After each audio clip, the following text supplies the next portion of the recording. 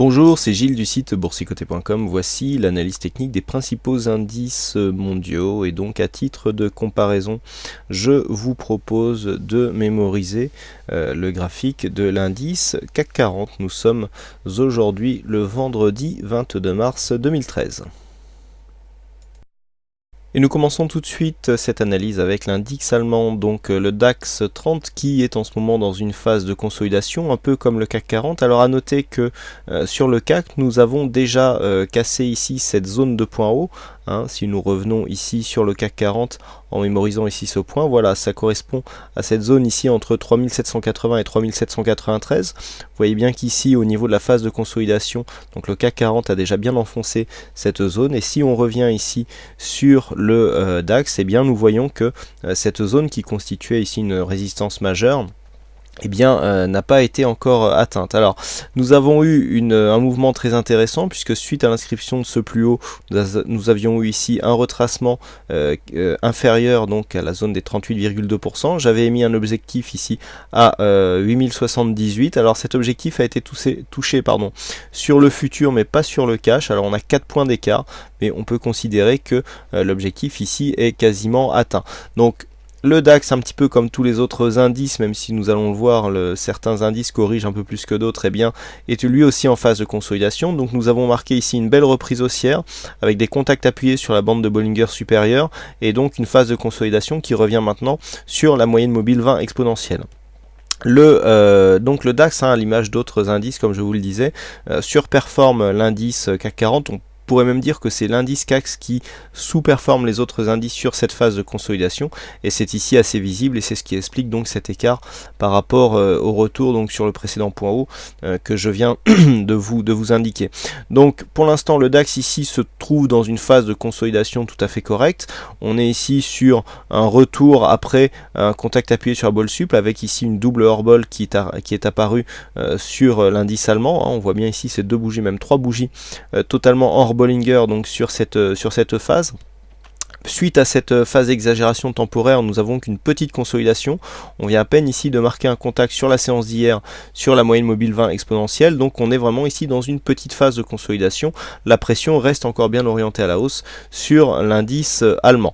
Donc au niveau des indicateurs, nous avons donc cette consolidation qui est bien visible ici sur RSI stochastique, idem sur le MACD qui avait lancé donc un mouvement de retournement identique à celui du CAC 40, des volumes qui sont plutôt orientés à la baisse donc sur cette phase de consolidation, ce qui est tout à fait logique. Par contre, nous ne retrouvons pas cette hausse de la volatilité que nous avons sur l'indice français. Donc pour résumer, le DAX se situe toujours dans une phase de consolidation court terme.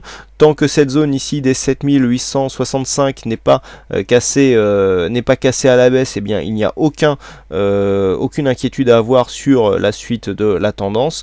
Nous sommes ici sur un contact sur la moyenne mobile 20 exponentielle, et tant qu'il n'y a pas de cassure, eh bien on privilégiera plutôt la continuité haussière, donc d'un point de vue court moyen terme, sur l'indice allemand.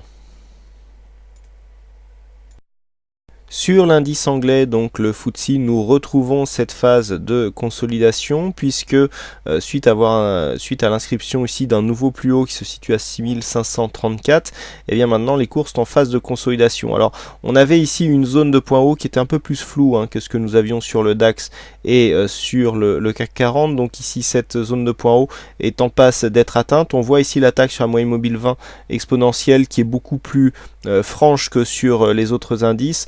Donc nous avons ici pour l'instant un retour, donc une phase de consolidation qui se fait dans le calme. Alors par rapport à la tendance de fond, je rappelle que le FTSE a eu une phase de hausse ici bien plus dynamique que ce qu'elle a été sur le CAC et le DAX. Nous avons tout simplement un retour sur cette zone de support à 6354.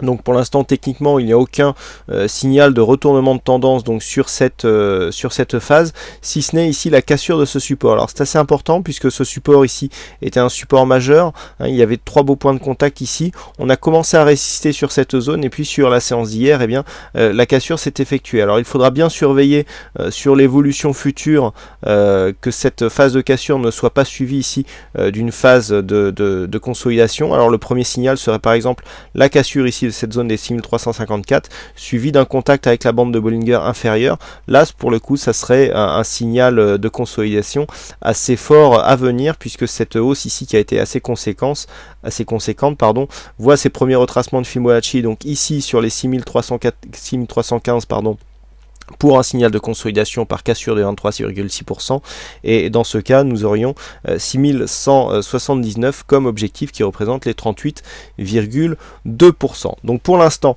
nous sommes juste sur une cassure de dynamique, la tendance haussière n'est pas encore invalidée, puisque ce point bas ici significatif qui correspond au dernier contact avec le support est toujours préservé et n'est pas cassé, mais en cas d'une cassure ici et donc d'un test de cette zone, eh bien il y aurait des signaux de retournement qui se mettraient en place. Nous avons des indicateurs qui vont dans le sens d'une phase de consolidation. La dynamique est bien marquée ici sur un MACD stochastique. Le RSI est un peu plus neutre. Donc pour l'instant, rien de réellement dangereux sur l'indice anglais.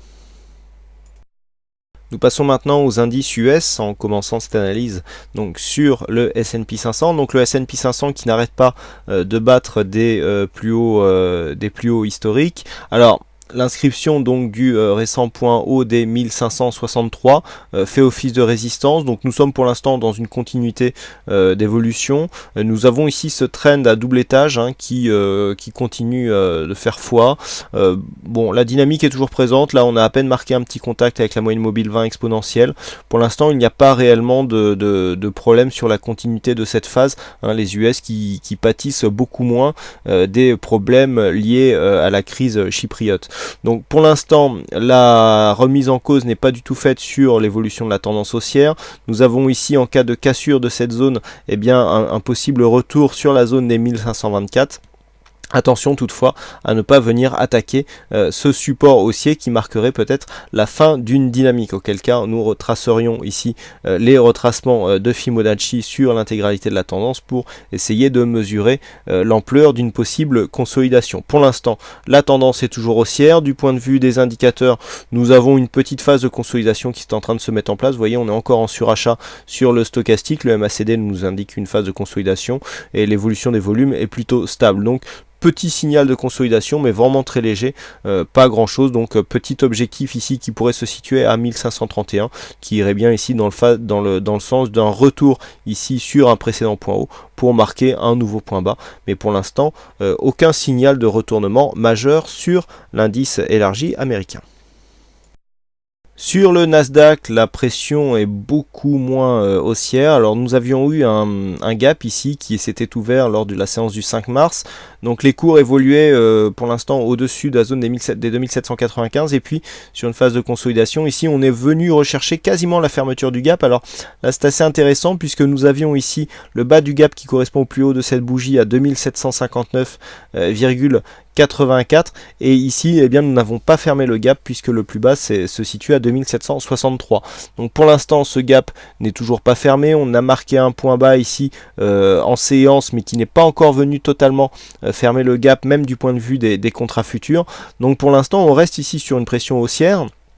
Tant que ce gap n'est pas fermé, eh bien, cela prouve que malgré l'ouverture de ce gap assez conséquent, eh bien, on a eu du mal. Il a fallu vraiment qu'il y ait le problème de Chypre pour venir tenter une fermeture. La clôture le comblement de ce gap a été vraiment assez difficile. On a du mal ici à venir le combler totalement, ce qui prouve qu'il subsiste quand même une pression haussière. Alors même si la dynamique est nettement moins forte que sur d'autres indices, notamment le S&P 500, eh bien, nous sommes toujours dans une phase haussière moyen terme. Au niveau des indicateurs, on est assez neutre de niveau du RSI. Le stochastique prépare un petit signal de consolidation et on est déjà en tendance baissière du point de vue du MACD.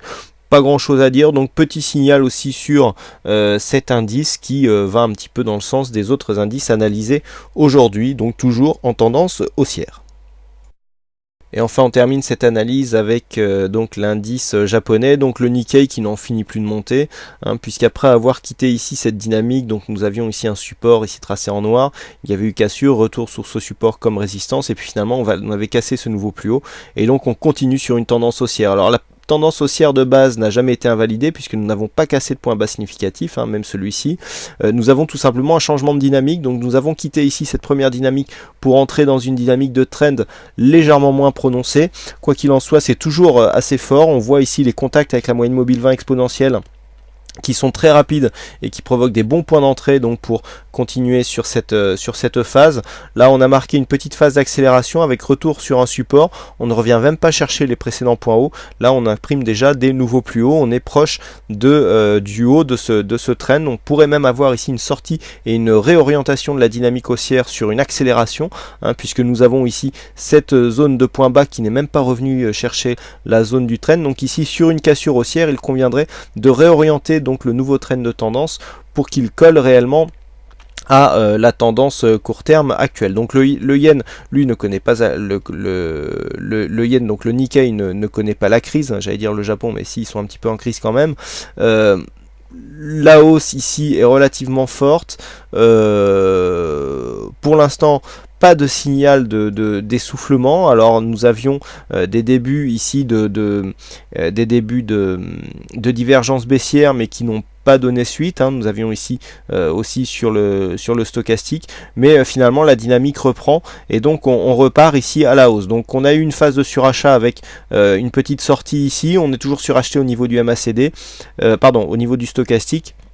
Le MACD lancerait un petit signal baissier, donc attention, on n'est pas à l'abri d'une phase de consolidation. Le trend servira de repère, hein, pour bien ici conserver une dynamique constante donc sur le point de vue moyen terme, mais tant que nous sommes ici à l'intérieur de ce trend, eh bien aucun souci pour la suite des événements. Voilà ce que l'on peut dire donc sur ces analyses techniques des principaux indices mondiaux. Il ne me reste plus qu'à vous souhaiter à toutes et à tous une bonne séance, bonne chance dans tous vos trades, et on se retrouve dès ce soir pour toutes les autres analyses techniques en vidéo. Bonne séance à tous et à ce soir.